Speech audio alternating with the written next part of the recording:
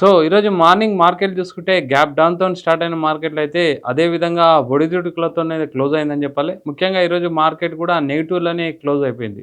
మెయిన్‌గా auto sector గాని, తర్వాత రియాలిటీ సెక్టార్ గాని, ఎఫ్ఎంసీజీ సెక్టార్ అన్నీ కూడా నష్టాల్లో ముగియడం జరిగింది. ముఖ్యంగా మెయిన్ మనం అంటే మార్కెట్ పడిపోవడానికి మెయిన్ కారణాలు ఒకసారి అబ్జర్వ్ చేస్తే మిడిల్ ఈస్ట్‌లో మళ్ళీ అంటే ట్రంప్‌కి సంబంధించిన ఏదైతే పీస్ డీల్ ఉందో అది క్యాన్సెల్ అవ్వడం జరిగింది. అండ్ తర్వాత స్టేట్ ఆఫ్ హార్మోజ్ కూడా కంప్లీట్‌గా మూసేస్తున్నామని ఇరాన్ అనౌన్స్ చేయడం అనేది మార్కెట్ పైన బాగా ఎఫెక్ట్ ఉంది. దాని ద్వారా ముడి చమురు ధరలనేవి బాగా పెరగడం జరిగింది. సో, అదే విధంగా అన్ని సెక్టార్‌ల పైనైతే ఖచ్చితంగా ఎఫెక్ట్ ఉందని చెప్పాలి. So, what next? లెవెల్స్ ఏ విధంగా మూవ్‌మెంటమ్ ఉంటుంది? మనతో మాట్లాడడానికి senior stock market analyst Guruprasad గారున్నారు. Sir good evening. Sir good evening. Sir ఓవరాల్‌గా మార్కెట్ ఏం చెప్తది సార్? ఈరోజు నష్టాల్లో ముగియడం జరిగింది. ఇంచుమించు నిఫ్టీ వచ్చేసి 158 పాయింట్లు, సెన్సెక్స్ వచ్చేసి 561 పాయింట్లు. అంటే మార్కెట్ ఒక స్టెబిలిటీ అయితే కనిపిస్తలేదు. లెవెల్స్ ఏ విధంగా ఉండొచ్చు సార్? లేదండి, యాక్చువల్‌గా వచ్చి లెవెల్స్ అని కాదు.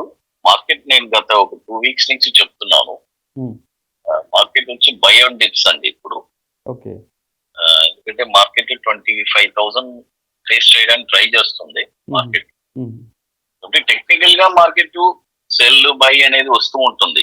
అది మనం ఓవరాల్ గా ట్రెండ్ అయితే పాజిటివ్ లోనే ఉంది హుహు. At present. Okay. Even though ఎందుకంటే మార్కెట్ వచ్చి నేను క్లియర్ గా అంతకుముందే చెప్పాను. హ్మ్. యుద్ధం వచ్చి ఇప్పట్లో ఆగదు. ఇదే సామాన్యమైన విషయం కాదు. ఓకే. ఎందుకంటే ట్రంప్ చేసిన విషయం వచ్చి ఏదో చిన్న చితక విషయం కాదు. హుహు. అంత ఈజీగా ఈ డీల్ క్లోజ్ అవ్వడానికి.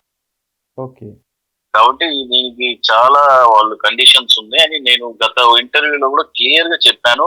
అవును. అగ్రిమెంట్ సైన్ అయిన తర్వాత కూడా నాకు అనుమానంగానే ఉంది. హుహు. ఎందుకంటే వీ కెనాట్ ట్రస్ట్ ట్రంప్ ని మనం నమ్మలేం. అంటే ఎట్లా సార్ ఇలా ఇప్పుడు ఈ సిట్యుయేషన్‌ని మనం అంటే ఇన్వెస్టర్లు గాని ఎట్లా డీల్ చేయాలి మళ్ళీ? లేదండి, ఇది ఏదో ఒకటి బ్లాస్ట్ అవ్వాల్సిందే ఏదో ఒక సైడ్. ఓకే. మనకి సంథింగ్ ఏదో ఒకటి జరగాలి. హుహు. అది ఒకటి కంప్లీట్ గా బ్యాడ్, లేదంటే కంప్లీట్ గా గుడ్. అంతే. హుహు. అలాంటి సిచ్యువేషన్ లో ఉంది ఇప్పుడు. అంటే ఇప్పుడు మనం అది దేవుడి దయ వల్ల మంచి జరగాలని మనం కోరుకోవాలి. అది.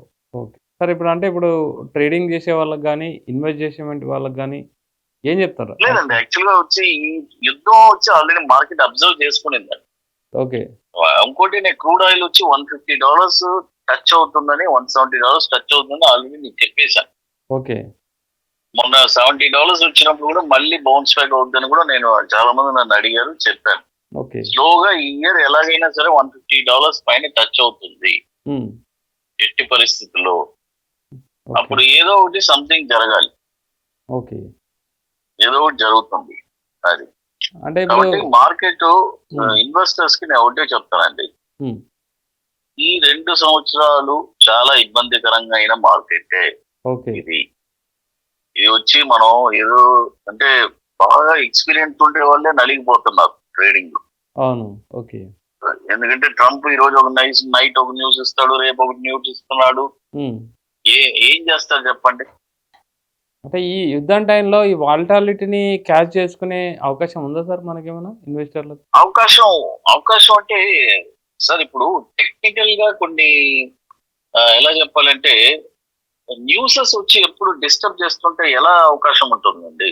ఓకే. అన్ని రివర్స్ లోనే ఇప్పుడు ఈ ఇయర్ లోనే ఎక్కువ హెవీ లాసెస్ అవుతూ ఉంటారు హుహు. కొంతమంది. ఓకే. ఓకే. అంటే ఎక్స్పీరియన్స్ లేని వాళ్ళు చెప్తున్నా. అట్లీస్ట్ ఎక్స్పీరియన్స్ ఉండే వాళ్ళు లాస్ ప్లస్ మైనస్ ఏదో అలా వెళ్తూ ఉంటారు. ఓకే. ఇక టోటల్ గా ఏమీ తెలియని వాళ్ళు మొత్తం లాస్ అయిపోతారు. హుహు. చాలా ఎర్లీగా అయిపోతారు. ఓకే. సార్ కాబట్టి నేనేమంటా అంటే ఇప్పుడుండే సిచ్యువేషన్స్ కి ట్రేడింగ్ మాక్సిమం కొద్దిగా ఎక్స్పీరియన్స్ ఉంటే ట్రేడ్ చేయండి. హుహు. అది లిమిటెడ్ గా కొద్దిగా చూసుకొని మనీ మేనేజ్మెంట్. ఎక్కువ ఇన్వెస్ట్మెంట్ లో ఎక్కువ ఫోకస్ చేయమని చెప్తాం. నెక్స్ట్ కమింగ్ 3 to 5 years కి హుహు. మంచి మంచి స్టాక్స్ ని కొని పెట్టుకొని ఓకే. ఓర్పుగా, ఎందుకంటే మార్కెట్ వచ్చి ఏం అంత స్టెబిలైజ్ లేదు. హుహుహు. అది. సార్ ఇంకోటి గోల్డ్ అండ్ సిల్వర్ గురించి ఏం చెప్తారు? సేమ్ అదే సిట్యుయేషనా? గోల్డ్ ఆల్రెడీ మనం చెప్పేసాం సార్. 135 ఆ రేంజ్ వస్తే కొంటున్నారు. హ్మ్. మళ్ళీ 170, 175 వస్తే అమ్ముతున్నారు. హుహు. అదేలాగా సిల్వర్ వచ్చి ఆల్రెడీ 215 రేంజ్ వస్తే కొంటున్నారు. ఉమ్, మళ్ళీ 270 280 రేంజ్ వస్తే అమ్ముతున్నారు. ఇది ఓకే రేంజ్ బౌండ్ ఇయర్ ఇప్పుడు అట్ ప్రెసెంట్ జరుగుతుంది. అది. ఓకే ఇప్పుడు month July month half month అయిపోయింది సార్. నెక్స్ట్ 15 డేస్ ఎలా ఉండొచ్చు మనకి? బై అండ్ డిప్స్ లోనే ఉంది సార్ ఇప్పుడు at present.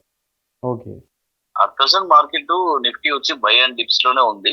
Um, coming month చూద్దాం ఎలా ఉంటుంది ఏంటనేది. ఎందుకంటే ఏ టైం ఎలా చేంజ్ అవుతుంది, ఉహు, అది ఓవర్ నైట్ లో చేంజ్ అయిపోతుంది ఓకే ఓకే. మార్కెట్. ఎందుకంటే అంత ఉధృతంగా ఉంది ట్రంప్ చేసే పనులు.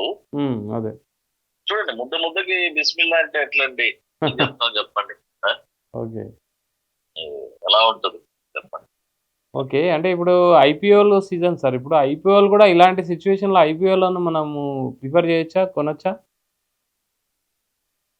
ఐపీఓ చూసి మంచి ఫండమెంటల్స్ గా మంచి ఉంటే చేయొచ్చండి, అంతవరకే. మార్కెట్ బాగుంటే ఐపీఓ సపోర్ట్ చేస్తుంది సార్. ఓకే. మార్కెట్ బాగాలేనప్పుడు ఐపీఓస్ పెద్దగా సపోర్ట్ చేయదు. హ్మ్.